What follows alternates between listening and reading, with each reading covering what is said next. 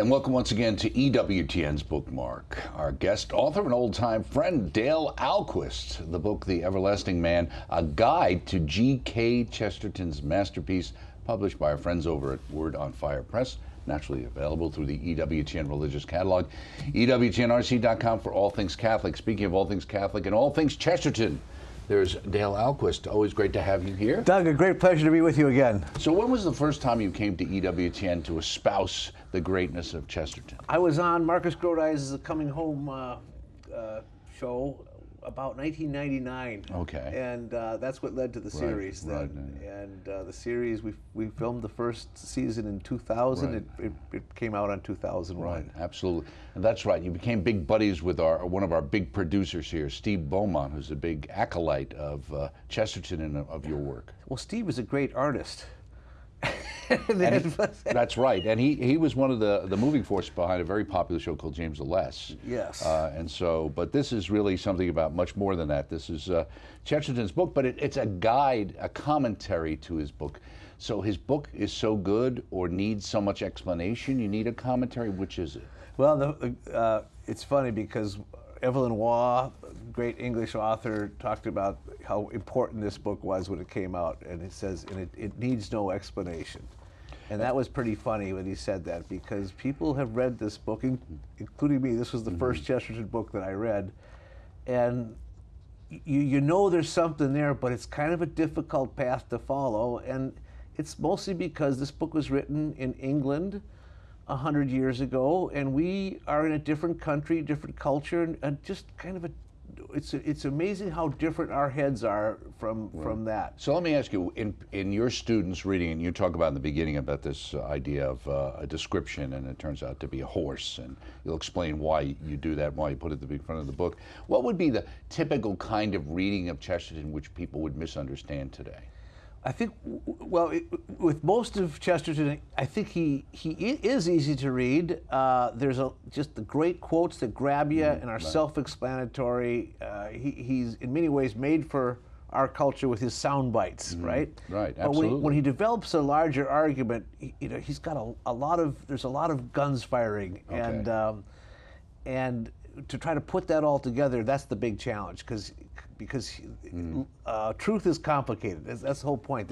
The key to the lock has to be a complicated key to unlock a complicated lock. Right, and you talk about it at the beginning and this description of a horse, and you say we're too familiar with a horse to see the strange creature they are. What was the point of that? The point of that is that Christianity, people are too close to Christianity to really understand it. And so what the point of the horse is that he tries to get you back to see how strange a horse really is. You think you know what a horse is because you're familiar with it, but when you go back and in his description of the horse doesn't sound like a horse until you listen to it. Oh yeah, he's describing a horse. Well, he tries to do the same thing with Christianity, is describe it in a way that you've never heard it before so that you can see it for the first time.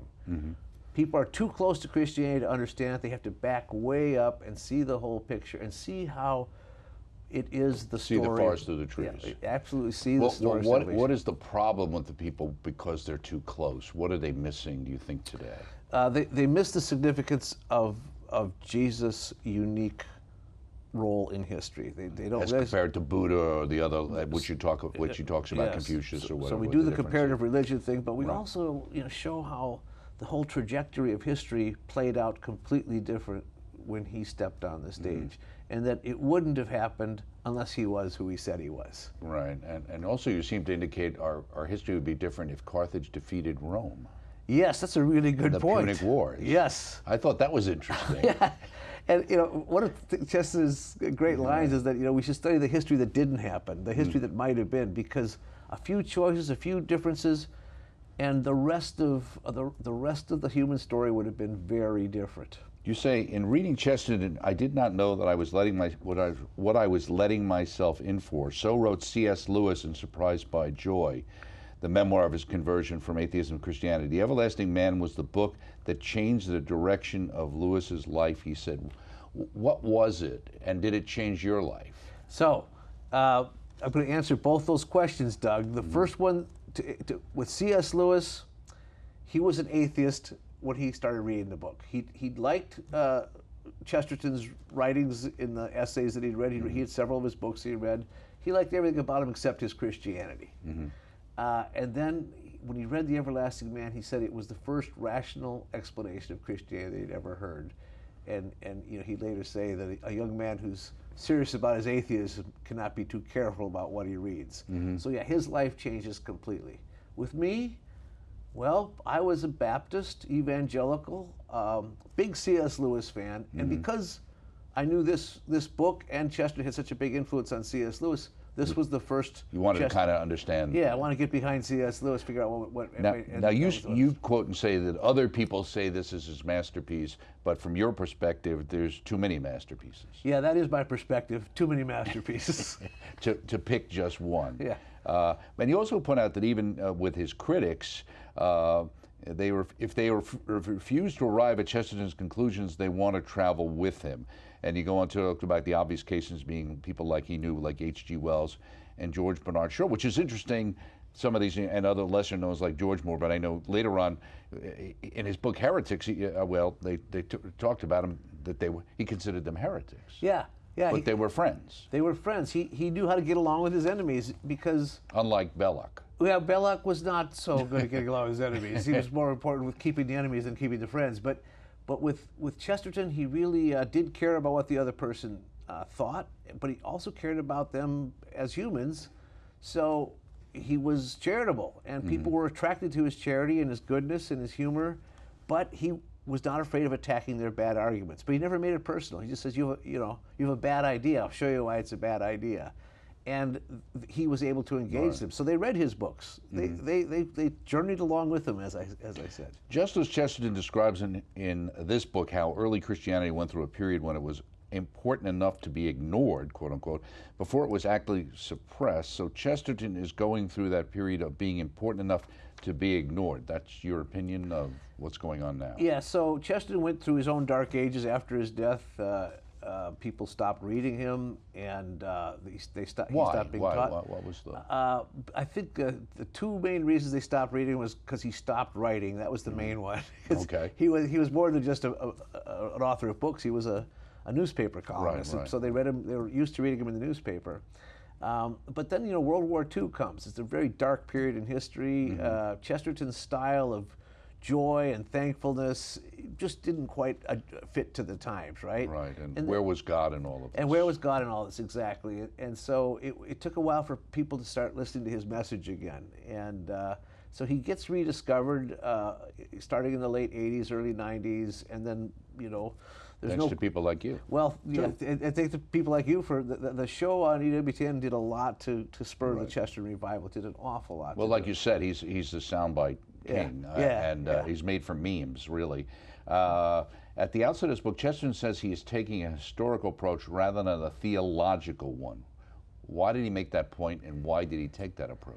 Because salvation history is all of human history. And it's by telling the human story you can see how salvation works. You can see how Jesus, the man, entering into history changes history. And the theological and philosophical strains are part of that story, but he chose to make them the secondary part, because it's the historical part that it leads the narrative. You say we cannot understand Christianity unless we first understand paganism, and who cannot understand paganism cannot understand Christianity. And the book is broken up into two sections, right? Same two sections that the Bible's broken up to, BC and AD.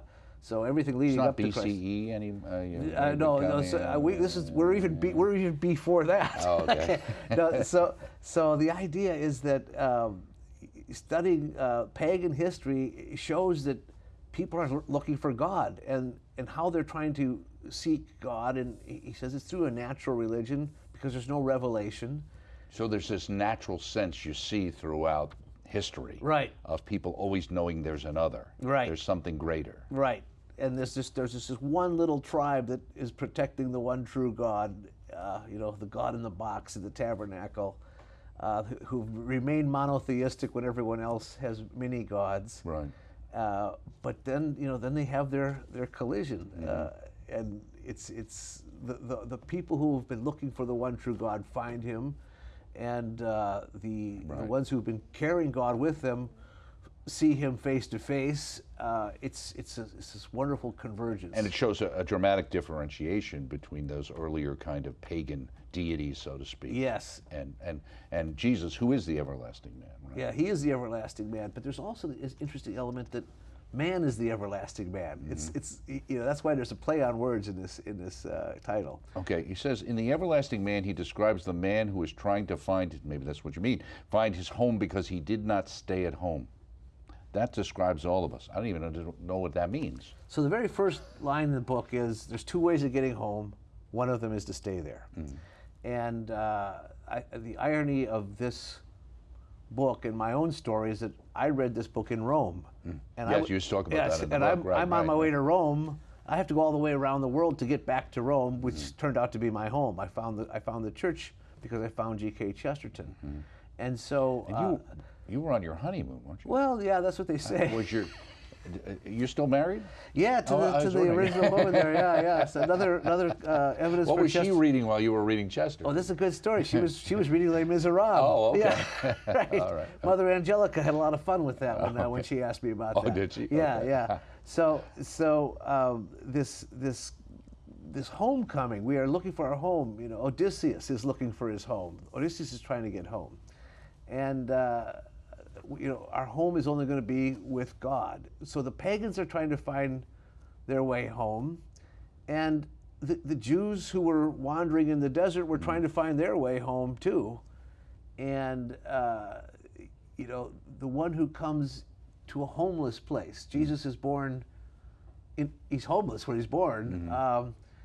That all men are at home, Chesterton says, in this homeless place with the Right, nativity. and you talk about, because of his own personal situation, he had a great love for the nativity, right? Yeah. And for the child, similar to Mother, Right. but a great love for the child, El Divino Niño, obviously. It says, all the other things that Chesterton wrote, and he wrote about in these two books, and I guess the two was what, The Everlasting Man and Orthodoxy, Right.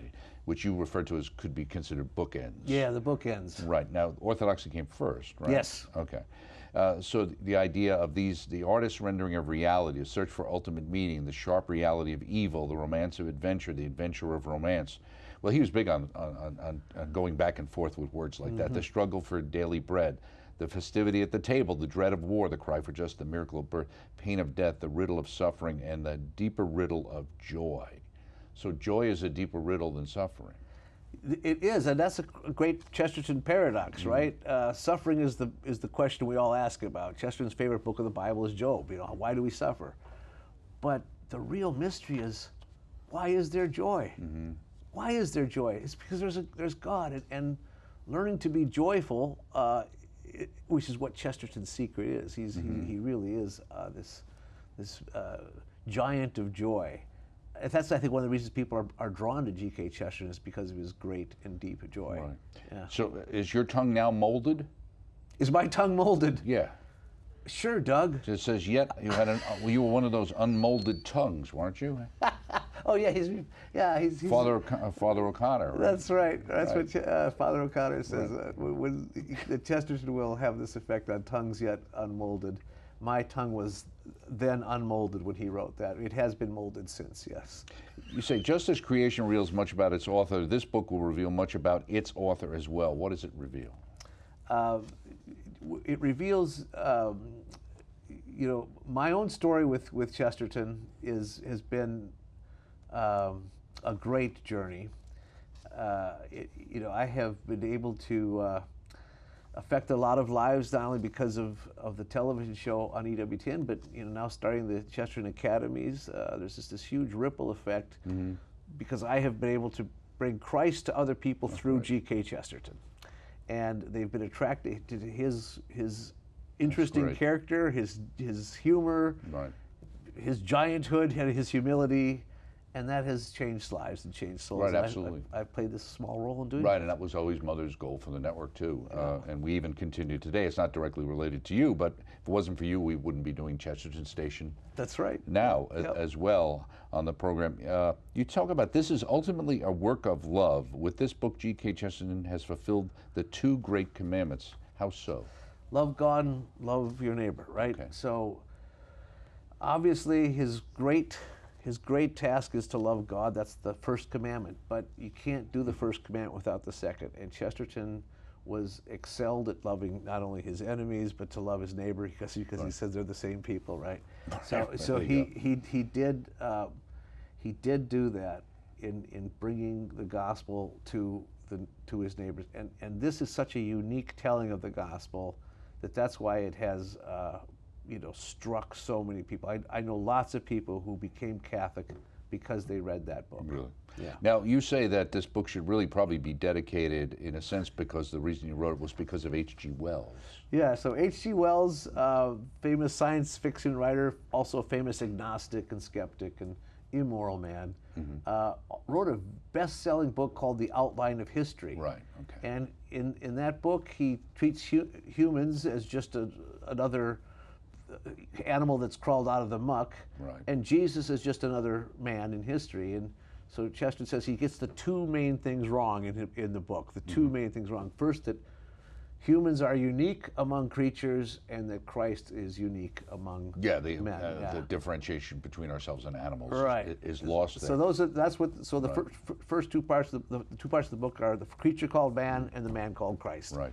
Now, I thought that was interesting too, and this I was thinking related to people today. He found Wells's utopias naive, okay, giving elaborate accounts of man's overcoming small difficulties while assuming that all the great difficulties will have somehow been overcome already. Do you think that we have a lot of people today, especially young people, and I guess it's part of being young, this utopian idea of constantly comparing reality against utopianism, which of course reality will always fall short? Well, you think about the whole Star Trek series, for instance, Doug. They've if you recall, they've solved the problem with war on Earth and crime on Earth, and that's why they were able to start to explore the stars. Right. And they solved all the big problems. It's just all these little technical things are the new challenges. Yeah. Completely missing the point. Setting aside the major problem, they just wiped that aside. You said, sir, what is ironic is that the man who placed so much faith in the solutions offered by scientific technology, that would be Wells, was so despairing of the future. No one would want to live in a Wellesian utopia. I certainly wouldn't want to be hanging out with the Morlocks. Certainly in a time machine. There's absolutely nothing in his science fiction that is appealing. Yeah. Right. I mean, and so his own pessimism caught up with him in his creativity. Right, and it also talks about how he would fight with Belloc, and in some ways Chesterton wrote his own rebuttal to Wells' book in this book. That's what it is. Okay. Yeah. In the introduction, the plan of this book, when the world goes wrong, it proves rather that the church is right. How so? Well, the church is here because of man's sin. Mm-hmm. That's why the church exists. And it's a great Chesterton paradox. He goes, it's the problems with the world that proves that the church is right, because we have the solutions that the world is looking for. So, and he says man's sinfulness is actual evidence that the church is true in its message. You say Chesterton intends for this book to be an apologetic about Christianity and not Catholicism per se. Why did he make that distinction? So he talks about his conversion, just makes a brief reference to it as the chief event of his life, and he says, in a separate book, I'll write about that. He's trying to be as going, because he realizes that he's living in England. He knows that the Church of England is the larger church, and he wants to defend Christianity as a whole rather than the Catholic Church specifically in this particular book. What's interesting, that's his plan, but when you get to the end, he says when Jesus came, he founded a church. He didn't start a religion. He says, with all the things that are in a church right now, and so it ends up being a very much a Catholic apologetic. There's a lot of stuff about horses in here. There's, and you have it later, I think, out there, but the Chesterton's epic Ballad of the White Horse. Why is that important? So the Ballad of the White Horse is based on a big chalk drawing on the side of a hill in England that was actually made by just clearing away the turf, revealing this white chalky gravel underneath. You can see it for miles, okay? But if you're close to it, you can't tell that it's a horse. Okay, so it's that classic. It's the same thing. You need to step back exactly to understand really what's been. He said either Christianity is true or it isn't. And it goes, Chesterton makes the rather bold claim that as a believer, he can be fair to both sides, whereas the unbeliever cannot. So the unbeliever does not know the inside of the church, doesn't know the inside of the story. But the one who has been outside and is now inside knows both sides. And that's why you can be fair to both sides. It's no matter how objective the unbeliever tries to be, he can never fully be sympathetic with what the believer knows. Is that also why he goes through the whole pagan thing, so he can demonstrate his understanding as well, and sympathies in some ways for what those people were going through? And he does a great job of showing his sympathy with the pagan march. Now, did Chesterton run into Plato in the cave, or is it a different cave? There's a reference to Plato's cave, and Right. I don't know if they ran into each other. But a lot of when my students read this book, they talk about the man in the cave, and they say, well, is it Plato's cave? And that's a great discussion that they have. Is it Plato's cave? Yeah, Chesterton says that it's good that innocence should be at the front and wisdom right behind it. So that's a reference to Don Quixote. Okay, right. And the idea is that you got Sancho and Don Quixote and Mr. Pickwick and Sam Weller.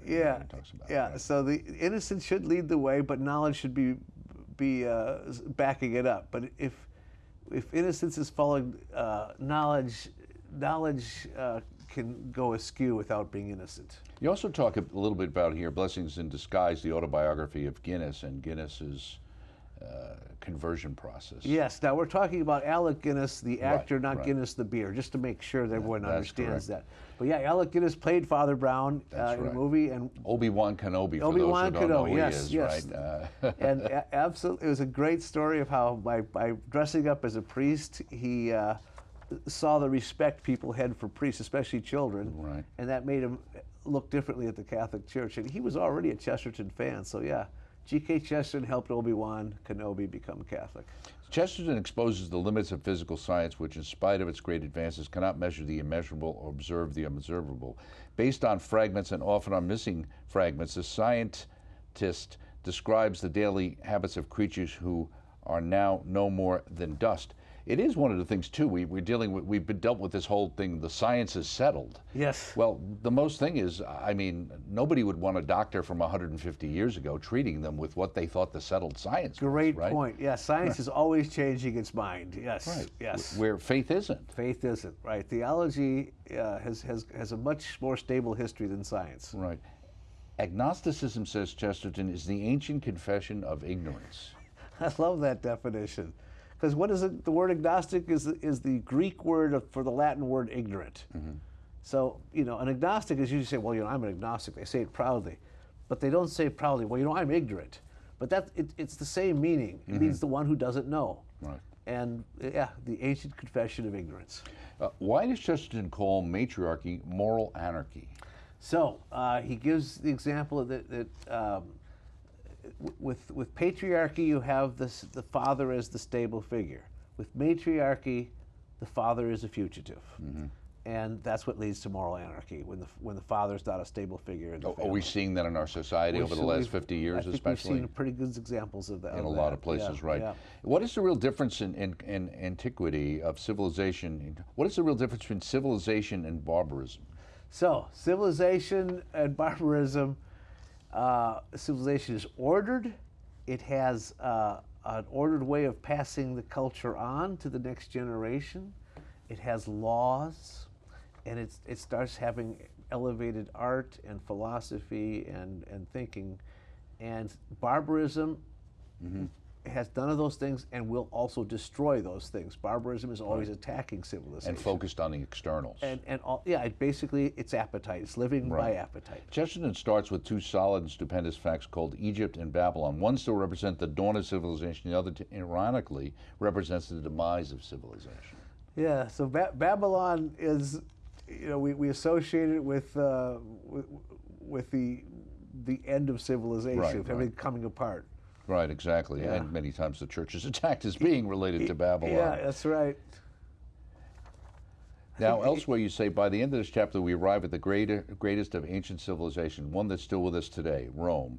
But we get there by way of Troy, and that's where I just want to allude to in our last minute about mythology. And he talks about mythology and why that's actually important, a proper understanding of it. Yeah, absolutely. So mythology is this poetic attempt to to get to the truth, to get to understand our Creator, to what's behind it.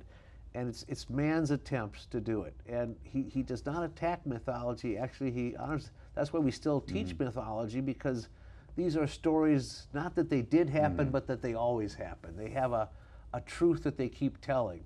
That's why he says, we study the Iliad because all of life is a battle. We study the Odyssey because all of life is a journey. So that's why mythology is important. But then it has its fulfillment, again, in Christ. There has to be one myth that is true. The God who comes down from heaven for real. We just got 30. Nature is looking for the supernatural, but it gets distracted by the unnatural. Yeah, so open that up for me. The great element there is that there are elements that people will use to get to effects, and that is witchcraft and evil and demons. That's where the supernatural becomes unnatural. Okay, well, tell us, you got another book in the works? Yeah, I've got one or two more. I'll be happy to talk to you about those sometime. Okay, great. That's great. That's great to see you again, Dale. That's great work. Very interesting, of course. Dale Alquist with G.K. Chesterton. How can you miss out on that? The Everlasting Man, a guide to G.K. Chesterton's masterpiece, with wonderful insights from Dale. Word on Fire Press, available naturally through our EWTN religious catalog. EWTNRC.com for all things Catholic. Thanks for joining us right here on Bookmark, and we shall see you next time.